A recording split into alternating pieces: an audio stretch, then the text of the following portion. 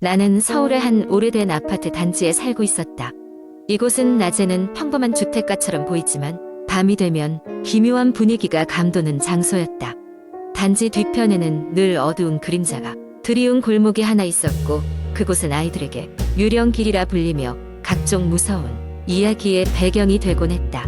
어느 토요일 밤, 나는 친구들과 늦게까지 영화관에 있다가 집으로 돌아가는 길이었다. 마지막 지하철을 타고 아파트 근처 역에서 내렸을 때 이미 밤 12시를 넘긴 시각이었다. 평소에는 주택가 쪽으로 돌아서 가지만 그날따라 왠지 모르게 그 골목으로 빨리 집에 가고 싶은 마음이 들었다. 어릴 때부터 그 골목에 얽힌 소문을 수도 없이 들었다. 옛날 어느 날 밤 한 여자가 그 길을 지나가다가 사라졌다는 이야기, 그리고 가끔 늦은 시각 그 근처에서 울리는 낮은 속삭임 소리. 많은 이들이 그 소리를 듣고는 뒤돌아보면 아무것도 없었다고 했다. 나는 어둑한 골목 입구에서 잠시 망설이다가 이내 발걸음을 옮겼다. 골목은 생각보다 더 길고 어두웠다. 가로등 몇 개가 드문드문 설치되어 있었지만 흐릿한 주황빛만 뿌리고 있었다. 이상하게도 다른 방향에서 툭툭 끊어질 듯한 발소리가 들려왔다. 아무도 없는 걸 알면서도 자꾸 뒤를 돌아보게 되는 그 기분이란. 그런데 골목을 절반쯤 지났을 무렵 누군가 뒤에서 낮게 속삭이는 소리를 들었다. 여기야, 여기야. 처음엔 바람 소리겠거니 하고 지나치려 했지만 그 목소리는 점점 더 선명해졌다. 도와줘. 여기서 꺼내줘.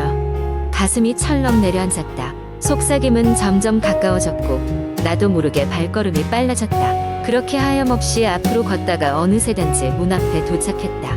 두근거리는 가슴을 부여잡고 집으로 들어가기 전에 한번 골목을 뒤돌아봤다. 그런데 골목 입구에 뭔가 하얀 형체가 서 있었다. 두 눈이 마주친 순간 그 형체는 이내 사라졌다. 다음 날 친구들에게 이 일을 이야기했을 때 대부분은 내가 피곤해서 헛것을 봤다고 웃어 넘겼다. 하지만 같은 날 밤 또다시 그 골목 앞에선 누군가의 속삭임을 듣고 있다는 제보가 이어졌다. 놀랍게도 그 소리는 특정한 사람에게만 들린다는 소문도 돌고 있었다. 그 이후로도 그 길을 다시 지나칠 때마다 간간히 의문의 속삭임이 들려왔다. 시간이 지나면서 나도 익숙해졌지만 문득 그 소리가 들릴 때면 그 여자가 정말로 도움이 필요했던 것은 아닐까 하는 생각에 가슴이 서늘해졌다. 아파트 단지는 여전히 평온했다. 낮에는 아이들이 놀고 주민들이 수다를 떨고 모든 게 일상적이었다. 하지만 밤이 오면 언제나 그 골목의 속삭임이 내 머릿속을 맴돌았다. 그저 소문인지 아니면 진짜 뭔가가 있는 것인지는 여전히 알 수 없었다. 다만 그 밤의 기억은 내가 이곳을 떠나기 전까지 언제나 나를 따라다녔다. 이 이야기가 진실인지 아닌지는 아무도 모른다. 다만 여전히 그곳을 지나는 이에게 기묘한 속삭임이 들린다면 그 일이 단순한 전설이라고만은 할 수 없을 것이다. 두 번째 이야기. 서울의 외곽 언덕이 많은 작은 마을에 사는 20대 초반의 대학생인 민수는 어느 날 밤 평소처럼 도서관에서 늦은 밤까지 공부하고 집으로 돌아가고 있었다. 그날은 평소와 다르게 짙은 안개가 마을을 덮고 있었고 시야가 잘 확보되지 않아 발걸음을 재촉하던 중이었다. 집으로 향하던 길목에는 오래된 폐가 하나가 있었는데 동네 사람들은 그 집을 귀신 나오는 집이라며 아이들에게 가까이 가지 말라고 하곤 했다. 민수 또한 별다른 생각 없이 그 말을 믿으며 평소처럼 그 집 옆을 지나가려고 했다. 하지만 그날은 이상하게도 그 집 마당에서 희미한 불빛이 아른거렸다. 누가 들어갔나? 라는 의문이 들 만큼 불빛은 규칙적으로 깜빡이며 마치 손전등을 흔드는 것 같았다. 호기심이 발동한 민수는 원래 가던 길을 멈추고 폐가 쪽으로 발걸음을 옮겼다. 가까이 가보니 그 불빛은 창문 틈 사이로 새어나오고 있었고 마당 한 구석에는 누군가 버리고 간 것 같은 오래된 자전거 한 대가 쓰러져 있었다. 민수는 혹시라도 누군가 도움이 필요한 것은 아닐까 하는 생각에 창문을 통해 집 안을 엿보기로 했다. 안은 생각보다 어두웠고 불빛의 원천은 보이지 않았다. 그저 살짝 흔들리는 커튼 너머로 그림자 몇 개가 어른거릴 뿐이었다. 그러던 순간 민수는 폐가의 문이 살짝 열린 것을 발견하였다. 그는 망설였지만 결국 문을 밀고 집 안으로 들어갔다. 집 안은 오래되어 나무 냄새와 먼지 냄새가 진동했다. 가구들은 모두 낡고 먼지가 쌓여있어 아무도 거주하지 않는다는 것이 명백했다. 민수는 불빛이 새어나오던 방을 찾기 위해 조심스레 발걸음을 옮겼다.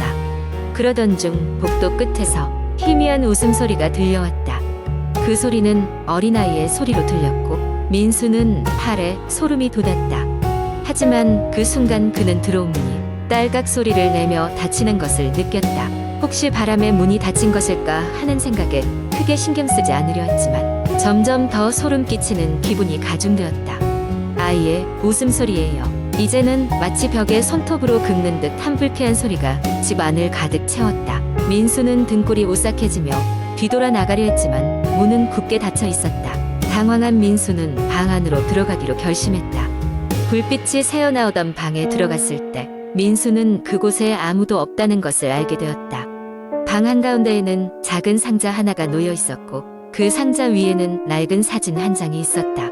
사진 속에는 지금은 사라진 마을의 옛 모습이 담겨 있었고 구석에는 소녀 한 명이 서 있었다. 그러나 소녀의 얼굴은 검은 잉크로 칠해져 있었고 이상할 만큼 어두워 보였다. 상자의 뚜껑을 열자 안에는 녹슬고 부서진 장난감들이 가득했다. 그 순간 다시 한번 웃음소리가 들려왔다. 이번에는 분명히 방 안에서 말이다. 민수는 비명을 지르며 상자를 내팽개쳤고 상자는 열리며 그 안에 있던 장난감들이 여기저기 흩어졌다. 동시에 방의 불빛이 꺼졌고 민수는 완전한 어둠에 갇혔다. 공포에 질린 민수는 문을 향해 달려갔고 힘껏 열려고 했다. 다행히 이번에는 문이 열렸고 그는 마치 쫓기듯이 밖으로 나왔다. 바깥 공기는 차가웠지만 민수는 그저 살았다는 안도감에 숨을 몰아쉬었다. 그리곤 집으로 전속력으로 달려갔다. 며칠 후 민수는 친구들에게 그 일을 이야기했다.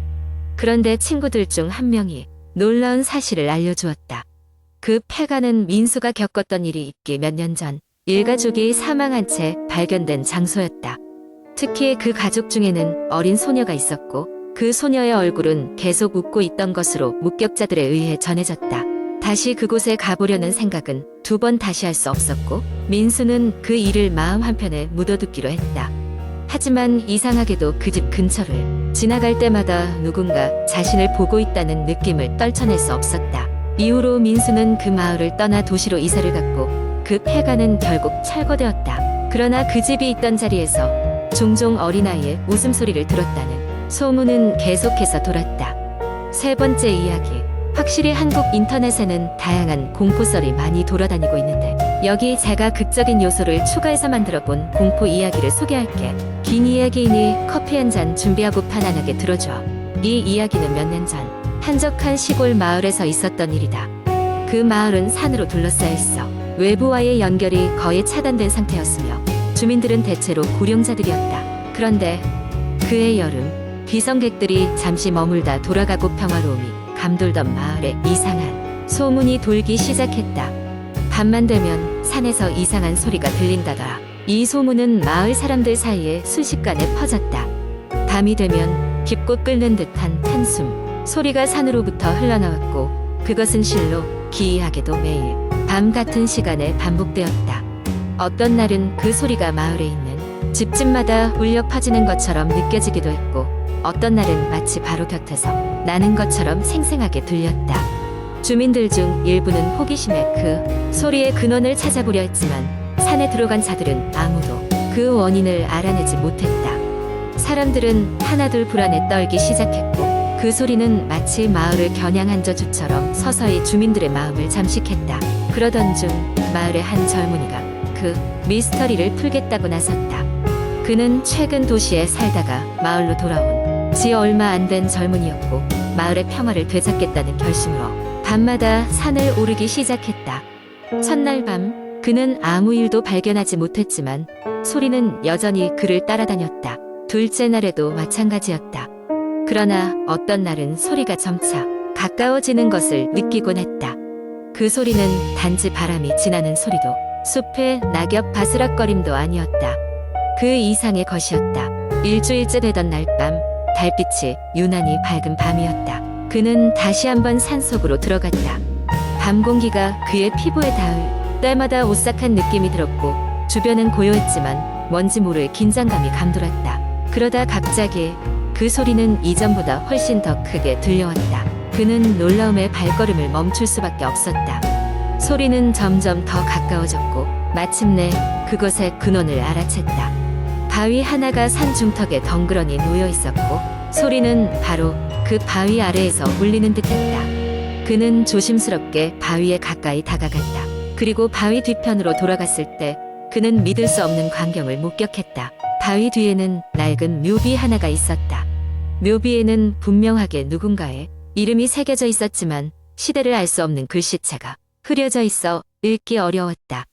하지만 그는 본능적으로 이것이 소리의 근원임을 깨달았다. 그 순간 바람이 불며 주변의 나무들이 흔들림과 함께 속삭였다. 묘비의 주인공은 과거 이 마을에서 살던 인물이었고 불의의 사고로 이곳에 묻히게 되었고 오랫동안 잊혀진 채 그 영혼이 외롭게 산을 떠돌고 있었던 것이었다. 젊은이는 마을로 돌아와 주민들에게 이 사실을 전했다. 그러자 마을 사람들은 혼연일체가 되어 묘비 앞에 작은 제단을 마련하고 함께 기도를 올렸다. 그들의 진심이 통한 것인지 그날 이후로 그 괴상한 소리는 더 이상 들리지 않았고 마을은 다시 평화를 되찾았다. 그 젊은이는 마을의 영웅으로 칭송받았으며 매년 그날이 오면 마을 사람들은 묘비 앞에서 작은 제사를 지내 영혼을 기리고 있다. 그 후로도 이 이야기는 마을의 전설처럼 전해져 내려오며 종종 사람들 사이에서 회자되곤 했다.